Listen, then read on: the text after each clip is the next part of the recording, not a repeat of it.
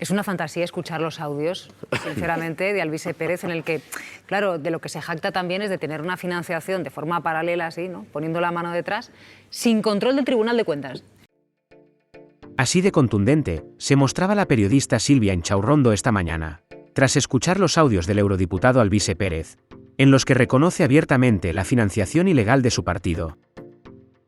Haciéndose eco en su programa del escándalo y la posible imputación de Alvise Pérez, Silvia Inchaurrondo y su equipo de tertulianos han retratado perfectamente a tan infame personaje y han debatido acerca de las posibles repercusiones que pueda tener este caso para su imagen y sus electores. Porque la Fiscalía del Supremo va a decidir si investiga al eurodiputado Alvise Pérez por un delito de financiación ilegal. Sobre la mesa que hay una denuncia de un empresario que lo ha denunciado, que ha sido denunciado por estafa y que asegura que entregó en mano a Alvise Pérez 100.000 euros en metálico. Irma. Sí, se trata de Álvaro Romillo, es un empresario vinculado al sector de las criptomonedas y en una denuncia que ha presentado ante la Fiscalía afirma que le entregó a Alvise Pérez 100.000 euros durante la campaña de las elecciones europeas y dice también que fue el eurodiputado quien contactó con él porque necesitaba, según le dijo, entre otras cosas, fondos que no pudiesen ser controlados por el Tribunal de Cuentas porque su objetivo era hacer crecer el partido. Quería tener 5 diputados en 2026, convertirse en llave de un posible gobierno PP-Vox y lo que le ofrecía a cambio a este empresario era poder influir en legislación a favor del sector de las criptomonedas. Esa denuncia la ha ampliado posteriormente y ha presentado capturas de pantalla de esas conversaciones y también un informe pericial. Ahora es la Fiscalía del Supremo, que es la competente para investigarle, puesto que es eurodiputado, la que debe decidir sobre esa investigación. Romillo está denunciado además en la Audiencia Nacional por una supuesta estafa y los denunciantes, quienes han presentado esa denuncia contra él, han ampliado también esa denuncia y lo que le han pedido a la Audiencia Nacional es que se impute a Alvise Pérez, algo para lo que sería necesario que se inhibiese en favor del Tribunal Supremo, puesto que en este caso sería el órgano competente para imputarle. Las encuestas me encaminan cada vez más cerca de ser llave de gobierno con Feijóo y con Abascal. Y esto significa que yo en un posible acuerdo de gobierno puedo poner como sine qua non una serie de legislación relativas a Bitcoin, etcétera, ¿sabes? Sí. Por eso estoy intentando ver cómo afronto ese asunto, porque quiero defender tu negocio, defender Bitcoin. Bueno, pues se incorpora Ignacio Jurado a la mesa. Ignacio, buenos días. Hola, buenos días. Claro, veremos qué pasa con la investigación judicial, pero qué puede suceder con una formación y como un político como Alvise Pérez. Y se acabó la fiesta cuando empieza prácticamente de esta manera, es decir, sacó los 3 diputados, pero ya se encuentra en esta situación. Bueno, yo creo que ¿Qué impacto puede tener en su imagen, en su electorado? Yo creo que se da la paradoja una vez más de que las plataformas las nuevas plataformas se presentan como regeneracionistas, pero enseguida vemos que incurren en vicios, e incluso vicios muy exagerados de lo que ellos llaman la vieja política. Aquí yo lo que creo es que este tipo de hechos, ¿no?, que obviamente se tienen que terminar por demostrar, son importantes para Alvise en términos de cortar su ascenso. Es decir, en la derecha había bastante miedo a que la plataforma Alvise pudiera crecer.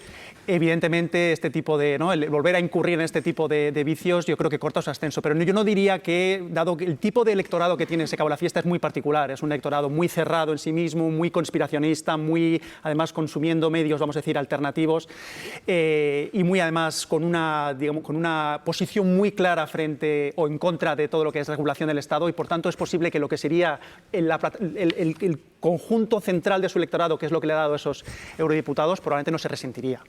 Es una fantasía escuchar los audios, sinceramente, de Alvise Pérez, en el que, claro, de lo que se jacta también es de tener una financiación de forma paralela, así, ¿no?, poniendo la mano detrás, sin control del Tribunal de Cuentas.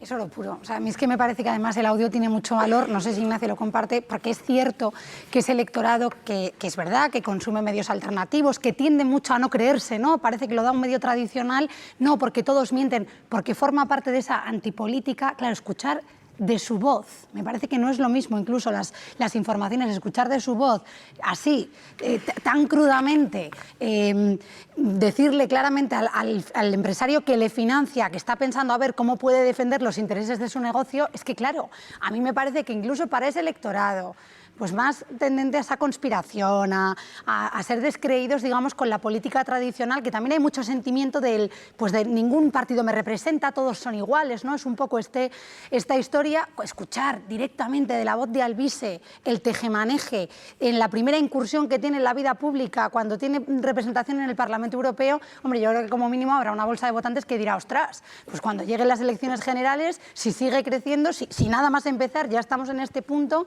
a mí, no sé, Ignacio, pero que creo que además habiendo audios y como pruebas tan fáciles de demostrar, me parece que es demoledor para sobre todo para un partido político o una organización que lo que dice precisamente es van a terminarse los abusos de siempre, los que siempre están robando. Es que me parece, ¿no? Lo que parece es que se le acabó la fiesta, ¿eh? Esto tiene una pintaza. A ver, lo que estamos hablando en el fondo es de una bolsa de votantes muy concreta. Por eso digo que yo sí que veo muy evidente que esto puede cortar su ascenso. Esa bolsa de votantes, hombre, yo creo que hay dos cuestiones aquí. Una, el intercambio de favores, y otra, el hecho de buscar una financiación, vamos a decir, paralela al control del Tribunal de Cuentas, ¿no? El intercambio de favores sí que creo que es mucho más evidente incluso para ese grupo de votantes, que es algo que es incurrir, como decía antes, en esos viejos vicios.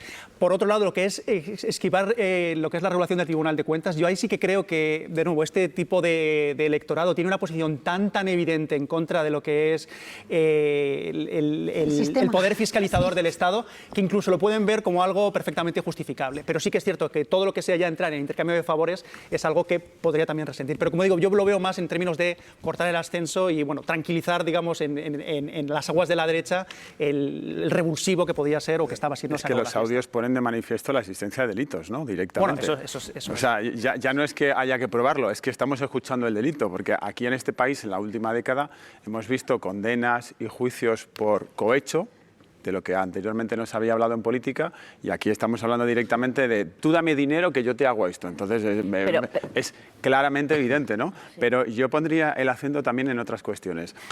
Ya no es la cuestión de un partido político, o mejor dicho, no es un partido, es una candidatura que se presenta a unas elecciones europeas con, en fin, muchos precedentes de mentiras, desinformación, de basarse, como estabais diciendo, en el uso de plataformas, de redes sociales, donde tienes un nicho de gente que te sigue con los ojos cerrados, y entonces ese mismo millón o medio millón de gente que te sigue es el que consigues movilizarlo para que te vote sorpresivamente en unas elecciones. Estamos hablando de una persona que decía, cuando se presentaba a las elecciones al Parlamento Europeo, que no necesitaba sueldo el Parlamento Europeo, que iba a renunciar a los sueldos, a las subvenciones que les da el presentarse a las elecciones, al resultado electoral, y aquí está directamente pidiendo dinero a un empresario para poder presentarse a las elecciones. Es que no tiene ningún sentido. Y luego me parece que además está pasando por encima de la soberanía nacional, del mandato de las urnas y de las propias promesas que ha hecho a los votantes, porque a los votantes les dice una cosa, pero luego al empresario que le va a dar dinero le promete otra absolutamente distinta. Entonces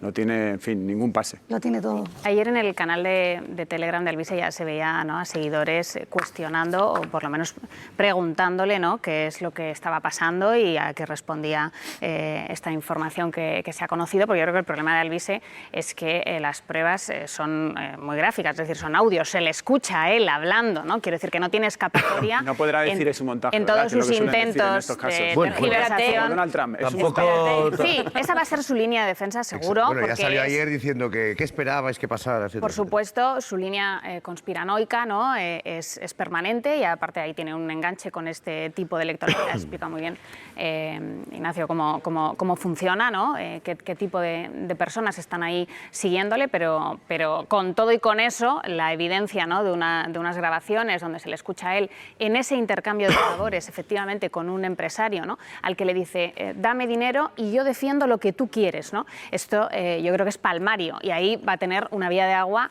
incluso en este electorado. Creo que es saludable para la democracia realmente, y por cierto aquí está también el trabajo periodístico, las instituciones del Estado, es decir, que siempre que estamos en visiones como muy catastróficas, ¿no?, de los riesgos de la democracia y de estos nuevos fenómenos, bueno, pues también hoy vemos que también hay cosas que funcionan.